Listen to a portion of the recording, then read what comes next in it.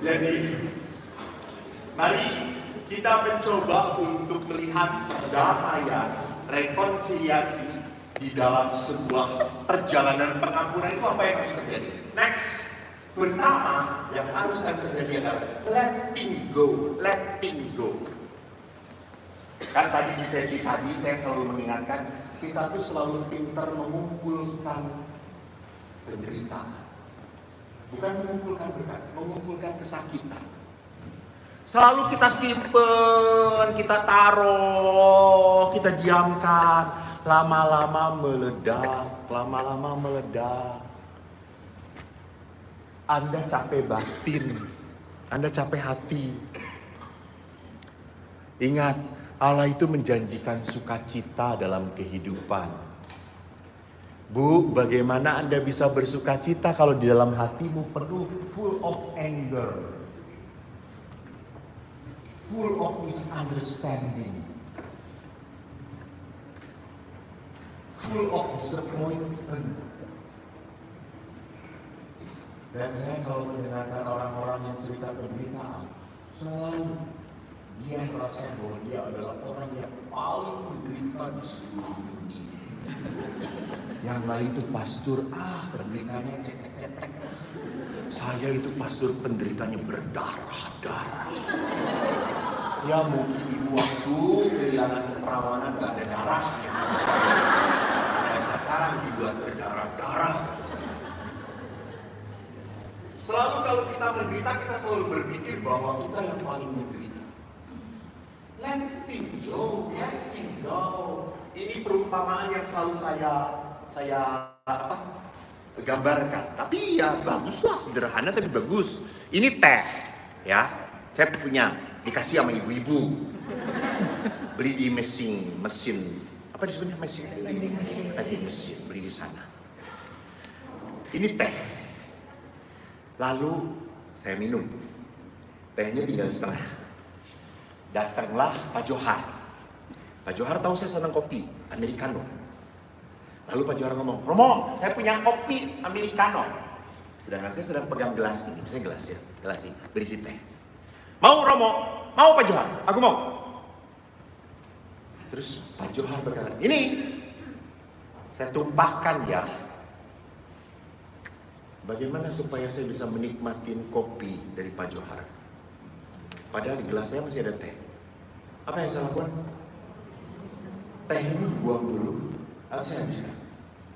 Apakah mungkin teh ini saya tetap simpan, lalu kopinya ditumpahkan di sini? Saya akan bisa menikmati Americanonya? Tidak. Nggak bisa. Itu, saya selalu sayang untuk membuang. Bagaimana Tuhan bisa memberkati saya, mengisi saya dengan berkat, kalau gelas saya dipenuhi dengan kotoran-kotoran. So, let go, buang dulu. Saya hidup dengan 10 pastor bahagia. Belum tentu mereka bahagia dengan saya. Itu bukan urusan saya. Iya kan? Saya selalu sukacita. Saya menciptakan kebahagiaan di tengah mereka. Saya selalu ingin bersama-sama. Anda tahu Bapak Ibu, kalau para pastor rekreasi, ya namanya laki-laki, tidak ada suasana semuanya. Kita pernah, Anda tahu Pantai Pangandaran? Tahu Pangandaran? Apalagi orang Cimahi ya, orang Bandung tahu. Rekreasinya Pangandaran lagi gitu. Di Pangandaran kami 10 pastor rekreasi. Dia tahu kami jalan ke pantai, kami diem begini. Terus saya mengatakan, kita ambil rosario kita sama-sama. Terus teman saya, kenapa nggak jalan salib aja sekali?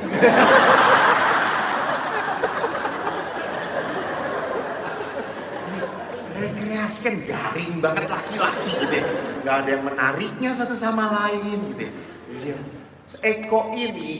Eko ini orang yang senang pengalaman. Saya hobi camping. Saya hobi naik motor. Saya 2 kali keliling Sumatera. pernah datang ke tanah leluhurnya Bapak Johar, Rengat. Itu nggak ada di peta. Google cari juga muter terus.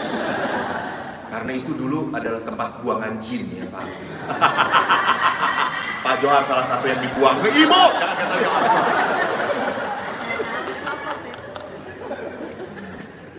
Saya hobinya camping, saya hobinya jalan. Lalu pada saat di Pangandaran itu kita rekreasi, saya pinjam body surfing. Kalian tahu body surfing? Itu papan selancar tapi tidak berdiri, kita tiduran. Terus teman saya, ngapain kok? Pinjam body surfing, mau main di pantai. Jangan kok, malu kelihatan umat.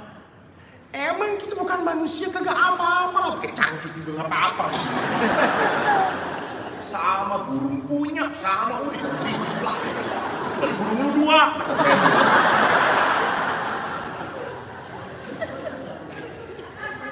Lalu saya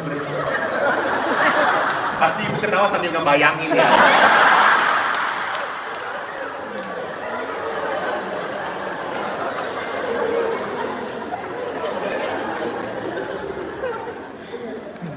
Lalu saya itu main body surfing, semua pas tuh lihat, enak ya kok, enak.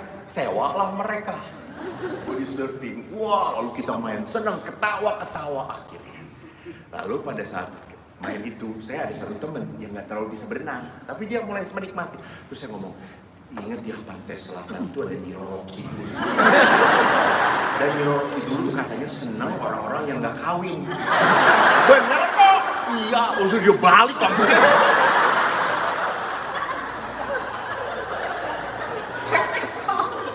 Nah, dia itu udah sampai pantai, masih begini terus. Sampai ibu-ibu bilang, Pak, udah sampai Pak, udah sampai.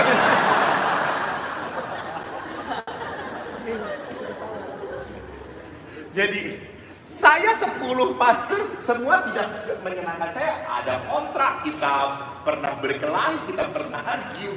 But, I never put it on my heart. Okay, let him go. Selesai.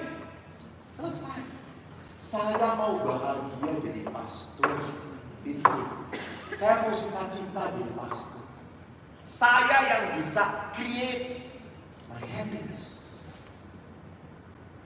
Kalau saya ngikutin pastor itu cuek banget, nyebelin banget. Saya malah capek sendiri. Saya pernah bentrok dengan satu senior saya. Senior ini kalau ditugaskan selalu banyak alasan. Saya nggak bisa. Ada tugas lagi, saya nggak bisa. Nyebelin banget. Saya tanya pimpinan, pastor mau bunuh itu dosa. Kalau kira mau bunuh itu pastor. Saya ada tentara, saya kalau nggak suka kejar. Oh, kamu pastor. Gak ada cerita pastor masuk buih. Dan saya langsung dilarikan dia ke Papua. Lalu akhirnya pastor biasa pimpinan sabar. Dia menyucikan kamu. Haleluya. Lalu Eko ini sangat jengkelnya.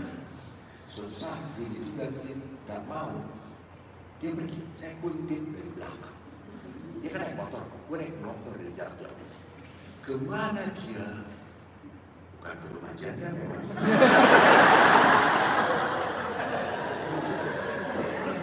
Dia main badminton dengan ibu-ibu janda.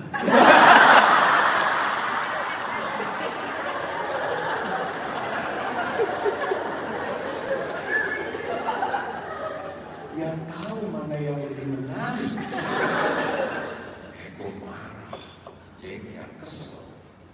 Saking keselnya, I never talk to him anymore. Gue cuekin. Tapi namanya orang salah itu kan gak pernah merasa bersalah. Iya gak? Dia oke-oke saja. Dan kami kalau di biara, doa malam, itu kami harus berkeliling. Dan dia percis di depan gue. Pas doanya. Abang-abang makin kesel. Dan doa selalu ditutup dengan doa Bapak kami. Dan doa Bapak kami itu ditutup dengan kata-kata yang paling gak gue suka. Ampunilah kesalahan. Gak mau gue. Kan, gitu? Ampunilah kesalahan kami. Seperti Saya tidak mau mengampuni dia. Enggak, saya bapak kandung dia. Saya nggak mau.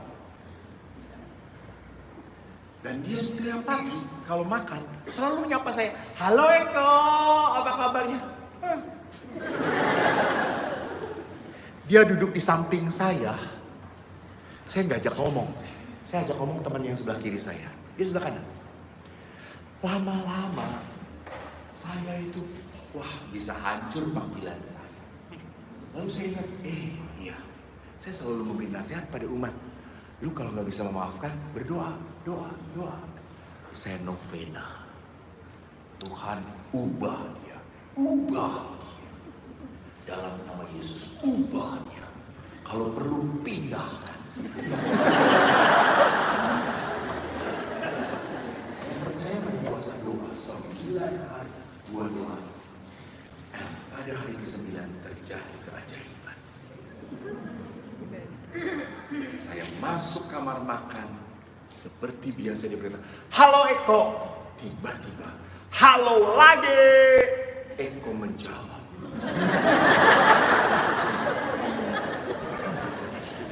Saya kaget. Pastor, bagaimana? Badmintonnya rame? Rame kok, apalagi dengan si ibu ini. Saya tahu itu semua janda yang disebut. Si ibu ini rame kok. Iya, Pastor, bagus. Menarik ya, rame, senang banget kita ketawa-kata. Good, Pastor, bagus. Kok suatu saat bergabung ya Pak ya? Iya. Duduk, kita ngobrol. Lalu, saya kan suka kopi. Saya tahu dia juga suka kopi. Saya buat kopi. Saya lihat, Pastor sudah buat kopi belum? Belum kok. Saya buatkan ya Pastor ya? Oke kok, thank you. My goodness. Apakah doa saya didengarkan Tuhan? Apakah Tuhan mendengarkan doa saya?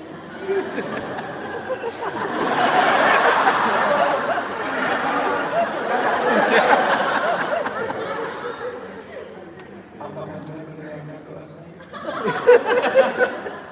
Tuhan mendengarkan doa saya? Ibu nggak mendengarkan cerita saya.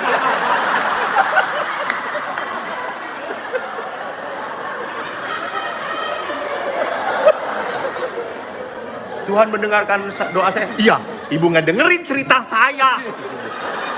Kan saya mohon ubah. Ya. Nah itu dia. Iya tenang.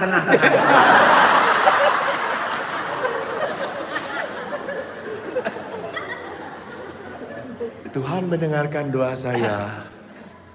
Tuhan tidak mengikuti saya. Dia ubah saya.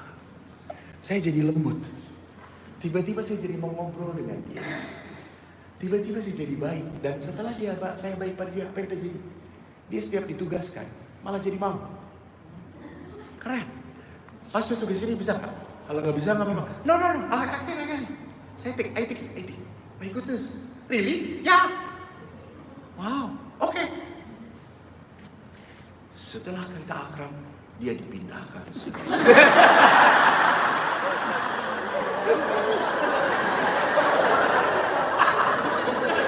Tuhan itu tidak bisa kita mengerti caranya. Aneh. Babe kita itu aneh yang ada di surga. Babe itu tadi, when you let it go, God can come. So let God. Let God. Setelah letting go, you can let God. Let God.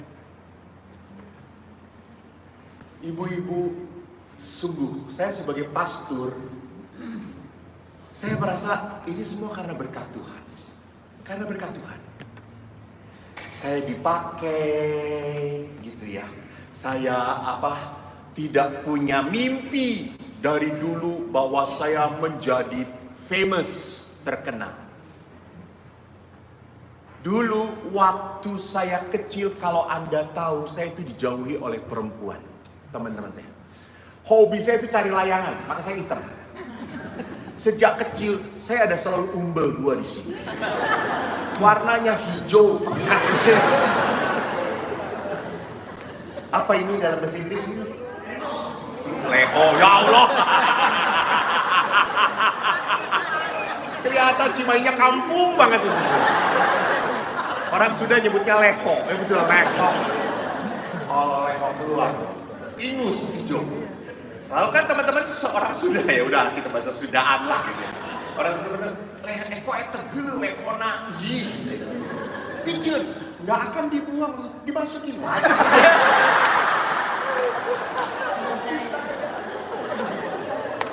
Lebar siang lebar, esenya lehoteh gitu. Tapi lama-lama kan hijau banyak, lalu saya susut begini. Lalu hijaunya kesini saudara-saudara. Kena matahari kering.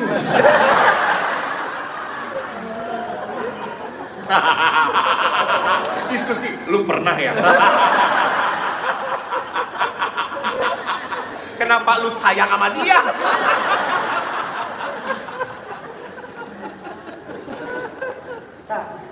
Lalu setelah kena matahari kering, ada angin, muncul satu-satu. Maka perempuan itu selalu ngomong ulah jeung si Eko bau, jeung si Eko bau. Saya pernah kan kalau SMP itu kan duduk dicampur laki perempuan. Lalu ada perempuan di samping saya. Eko, minggir. Ini batasnya. Jadi sejak kecil saya sudah takut dengan wanita. Gak boleh lebih. Saya diem saja. Saya kata, nggak banyak apa yang mau dekat dengan saya. Sekarang.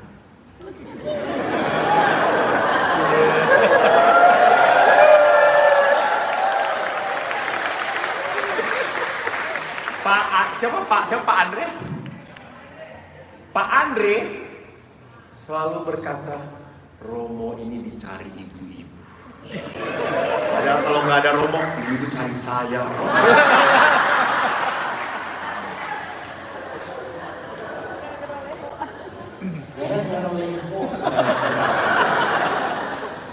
Jadi apa yang menarik dalam pengalaman kita di saat Anda berani berserah kepada Allah, Allah turun tangan, Allah turun tangan, Allah tolong kita.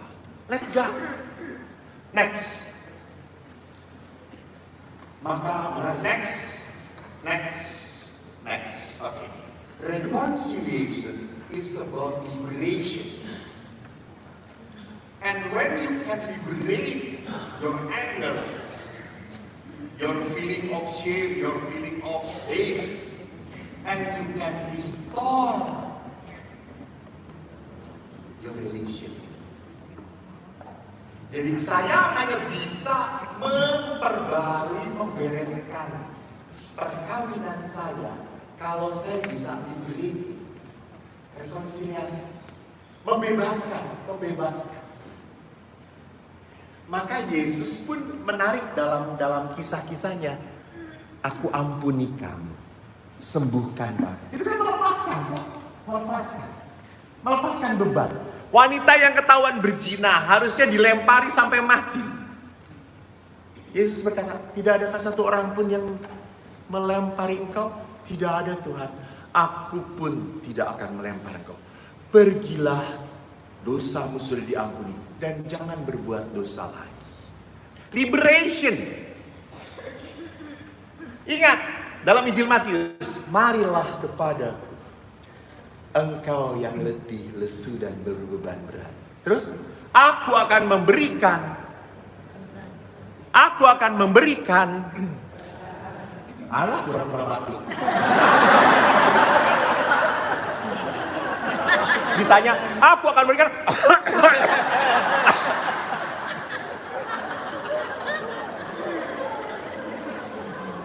aku akan memberikan kelegaan kepadamu. Kegelapan, liberation, kelegaan. Jadi janji Yesus adalah apa? Kelegaan. Tetapi pertanyaannya bagaimana kita bisa lega kalau kita tidak berani let go. Jadi Tuhan itu, ingat, pernah nggak melihat sebuah gambar Yesus sedang membawa diam di depan sebuah pintu? Pernah ya? Atau beberapa kurang jalan-jalan ya? Jadi itu tuh hasil karya seorang pelukis yang ternama. Waktu selesai melukis, dia kasih kepada seorang kurator, seorang kritikus lukisan. Tolong lihat apa kekurangannya. Lalu si kurator ini, si kritikus ini berkata, ini aneh ini. Yesus berdiri di depan pintu. Ini pintunya nggak ada handle-nya. Ini pintu hanya bisa dibuka dari dalam. Dan pelukis itu benar. Ya itulah hati kita. Yesus nggak akan pernah bisa masuk kalau kita yang punya hati nggak pernah open my heart. Baru you open and Jesus will come. Sama, you let things go and God will release you. Memberikan kelegaan padamu. Next.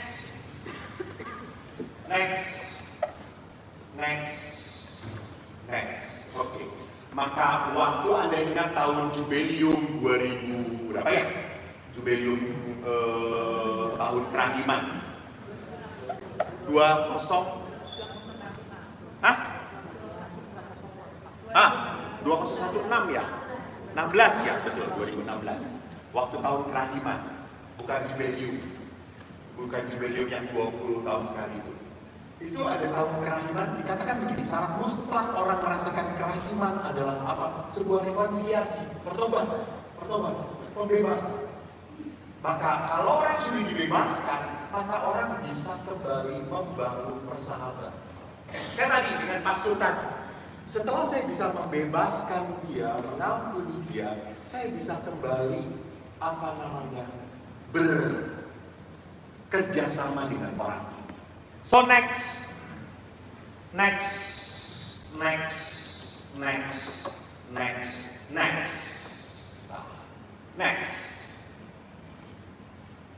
Oke. Maka kalau kita kontekskan dengan perkawinan kita ini digerakkan oleh roh kasih atau roh ketakutan, kepahitan, kesakitan. Apakah saya banyak itu tadi kekhawatiran? Kan seringkali juga Anda punya anak khawatir nanti bagaimana, sekolahnya bisa nggak ya? Apakah dia bisa sukses? Apakah dia bisa ketemu dengan jodoh yang seiman? Apakah perkawinan dia akan baik atau tidak? You see, kita selalu khawatir dan kita lupa bahwa kita punya Tuhan. Tuhan yang atur kita. Ingat dari sebuah lagu. Tak usah ku takut, Allah menjagaku. Tak usah ku bimbang, Yesus pelihara. Tak usah ku susah, Roh Kudus hiburku. Tak usah ku cemas, Dia memberkatimu. El Shaddai,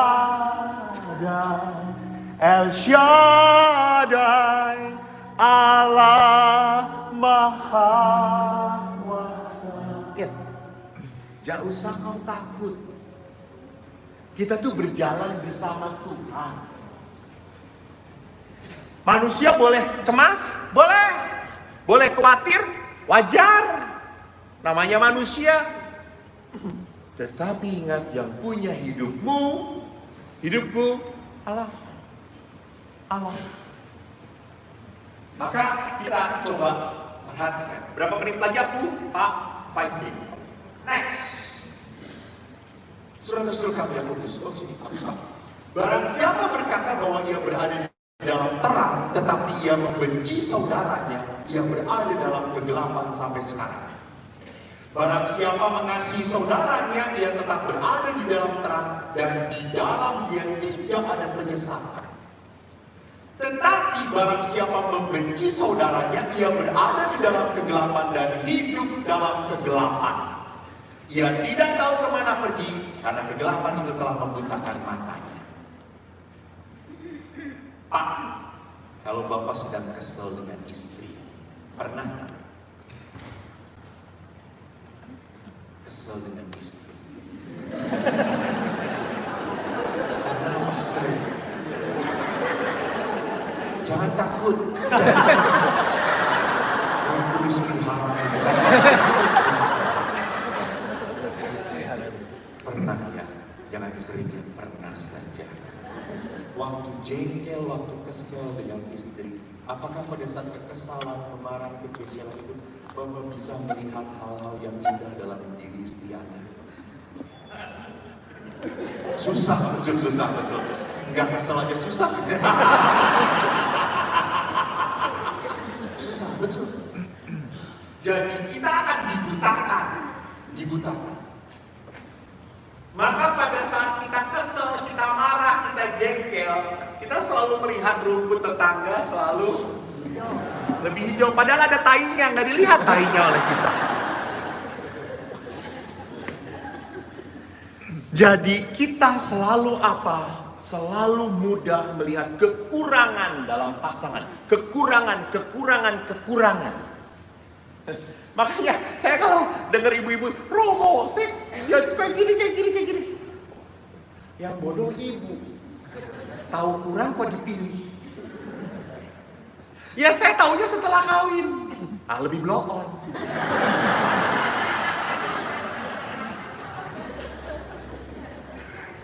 Jadi lihat, barang siapa benci, maka dia ada dalam kegelapan. Tidak mungkin muncul kekaguman lagi. Saya yakin banget, Anda pasti memilih pasangan Anda karena dulu mengagumi dia banget. Betul atau tidak? Betul. Love is blind, you know. Cinta itu buta. Maka kan ada lagunya kok, jatuh cinta sejuta rasanya, dibelai ditendang amboi rasanya. Maka kalau kata orang waktu orang sedang jatuh cinta, tai kuda juga rasa. Gile pernah rasain, gue aja belum pernah. Tai kuda rasa coklat, buset. Sampai semiskin itu saudara-saudara.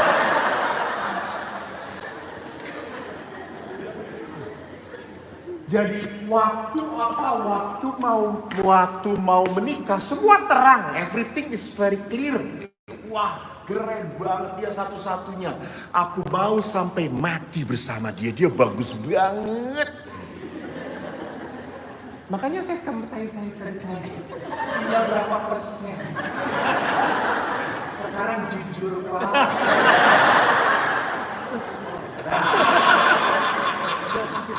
Pol keselnya ingin nampol. Next. Maka mari kita coba untuk belajar dari firman Allah. Next. Yesus berdoa pada Bapaknya sebelum menghadapi penderitaan.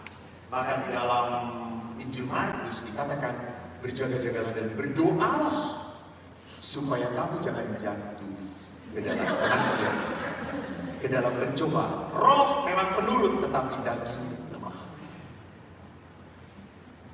Roh kita ini memang selalu baik-baik. Dan saya pernah mendengar Ibu WK. Ibu WK jangan lupa ya, ibu tuh punya suami, tolong dicintai, dihargai. Oh nggak bisa. Dia kayak gitu bagaimana bisa dihormati? Blow on pas suruh suami saya, blow on. Lihat dia kalau suruh,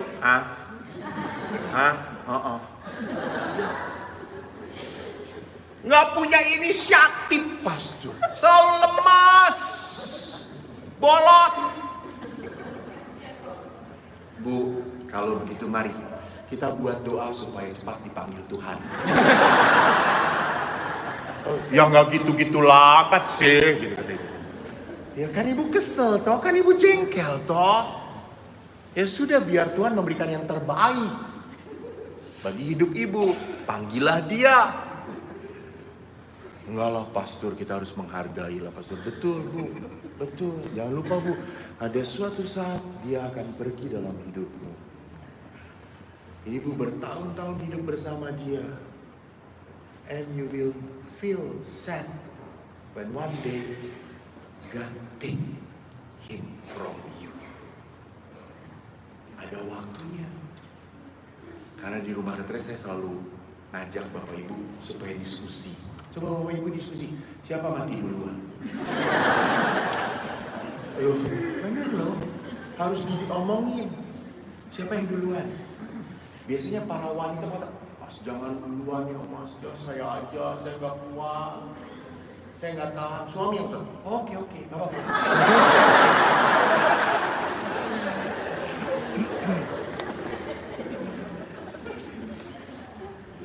Maka kalau kita kembalikan kepada konteks bagaimana Yesus berdoa, Yesus cari kekuatan. Kenapa? Seringkali kita ini lemah sebagai manusia, mudah jatuh dalam mengeluh, mudah jatuh dalam ketidakpuasan. Next,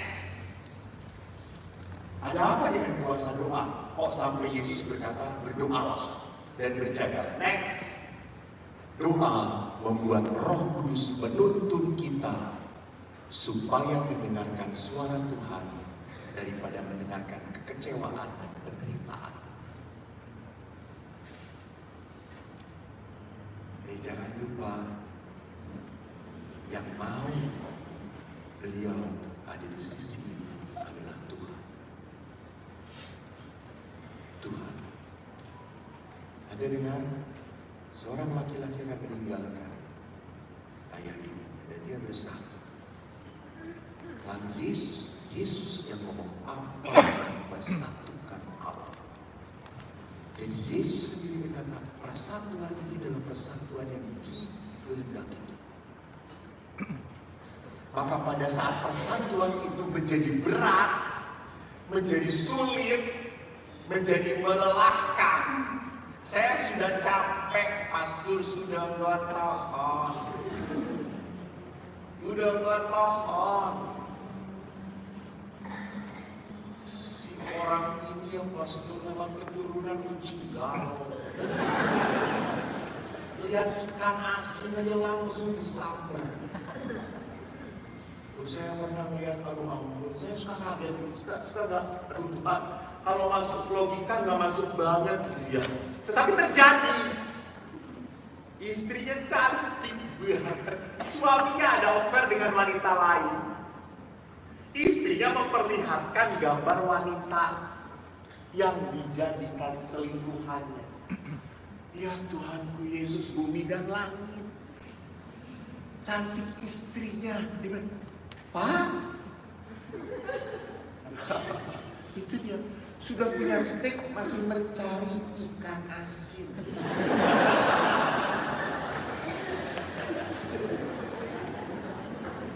Lalu saya tanya, Pak, kenapa sih Pak Romo dia lebih ganas?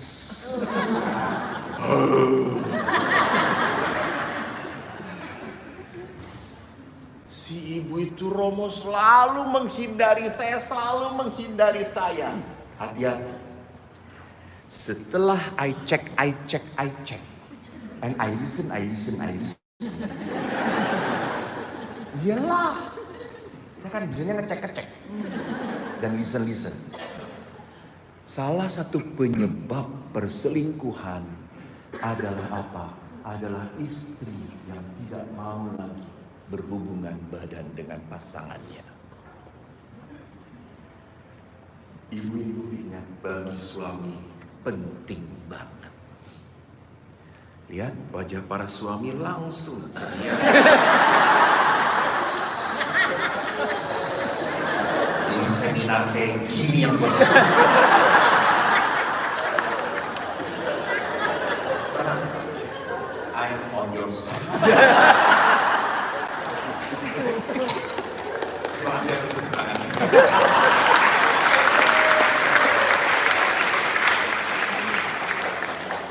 Jadi kalau kita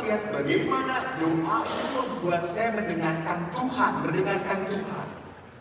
Don't listen to your pain. It's okay. Memang love it is painful. Maka saya kalau ada calon yang mau menikah, saya selalu bertanya, kamu siap sakit? Kamu siap dikecewakan? Enggak pastor, enggak pastor. Gue banyak terluka karena mendengarkan. Dan kedua, doa itu supaya kita tidak berlaku di luar karakter kita. Bu, saya melihat ibu-ibu yang hadir hari ini adalah ibu-ibu yang baik-baik. Betul.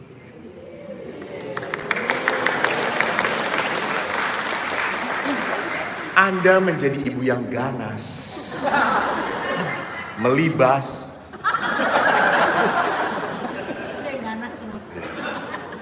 Karena apa? Karena Anda tersakiti. Karena Anda tersakiti. Kesakitan itulah yang membuat Anda apa? Berlaku di luar karakter Anda. Maka doa itu mencegah supaya kita tidak berlaku di luar karakter Anda. Saya ini di Bandung bekerja sama dengan kelompok psikolog Jakarta. Kami membuat retreat growth. Jadi retreat 4 tahap, mirip MA kayak gitu, tetapi kita akan buat tidak berani. Jadi retreat itu suami istri, harus suami istri. Kita belajar untuk bagaimana untuk mensyukuri, bagaimana untuk kembali mengagumi pasangan, bagaimana untuk mengampuni. Jadi retreatnya dilihat dari sisi sisi psikologis dan sisi spiritual. Saya yang spiritualnya bicara psikologi. Dan kami berbicara tentang apa? Tentang pendidikan iman anak, parenting. Psikolog bicara tentang psikologinya. Dan kaget ya, psikolog ini terkenal, seorang dokter. Dia mengatakan sekarang mulai banyak ibu-ibu yang selingkuh dan ibu-ibu yang meninggalkan anak-anak dan suaminya. Hebat emansipasinya. Suami selingkuh udah banyak banget. Sekarang istri yang selingkuh banyak banget. Dan meninggalkan anak-anaknya. Udah, oke lah. Lu bisa, gue juga bisa. Itu lihat, karakter kebaikannya hilang karena disakiti. You get what I mean? Yeah. Because what? You didn't pray. You didn't pray. You are not close to God. Next, sebentar ya Bu. 3 kali. Doa membuat kita berani membuka hati dan menutup mulut. Jangan membuka mulut dan menutup hati. Sesakit apapun, don't close your heart. Karena pada saat engkau close your heart, kau sudah tidak peduli lagi. Tapi waktu kau coba close your mouth and open your heart. Doa bukan bertujuan mengubah pasangan, tetapi justru mengubah cara kita merespon, menanggapi kecewaan, rasa sakit yang kita alami. Coba ibu-ibu, berapa orang yang berdoa novena, semua gua Maria Anda datangin. Dari kutub utara sampai kutub selatan. Berdoa supaya pasanganmu berubah dan pasanganmu betul-betul berubah. Coba angkat ya. Atau gak pernah berdoa ya ini sih? Berdoa dalam hati ya. Nanti saya perlihatkan doa itu salah. Dalam hidup berkeluarga, dalam hidup berpasangan. Jadi lihat, doa itu tidak ada yang sekali lagi mohon berubah. No. Doa itu justru mengubah hati kita merespon dia. Yang tadinya jengkel, walaupun jengkel, I still smile. That coffee. Walaupun saya tidak mau melayani dia, saya mau diamkan dia. Kamu capek ya? Mau makan? Saya buatkan. Walaupun saya tahu dia habis makan-makan dengan teman-temannya. Atau kamu sudah tidak mau makan, kamu udah kenyang ya dengan teman-teman kamu. Ya sudah, kamu udah capek, ya sudah mandi, ayo tidur aja. Walaupun saya inginnya pada saat itu membabi buta ngomong A sampai Z. Tapi saya menahan diri. Itu, doa membuat saya bisa ngerem, gak kebablasan. Di sesi berikutnya, saya akan mencoba memberi tips. Walaupun saya gak nikah. Jago tips saya ini. Tips salah satunya adalah apa? Bagaimana pria bisa tunduk pada Anda.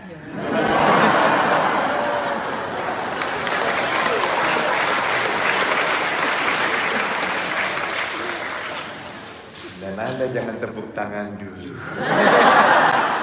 Untuk membuat suami tunduk, Anda harus berani berkorban dulu tentunya. Tapi bagaimana juga tips supaya istri Anda begitu mengerti Anda. Kita mencoba. Bagaimana mencoba untuk apa? Membetulkan. Memperbaiki. Kan mur dan baut itu bisa matching. Karena mereka bisa saling memperbaiki. Hingga akhirnya klop.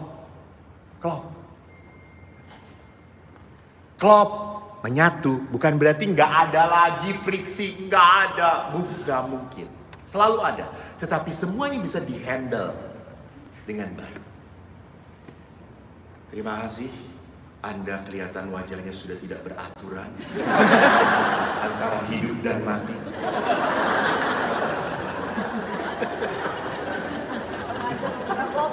Ada yang pura-pura batuk loh. Jadi kita akan ngopi dahulu supaya Anda makin terbuka. Kopinya jangan diminum, siremin aja ke wajah Anda. Terima kasih.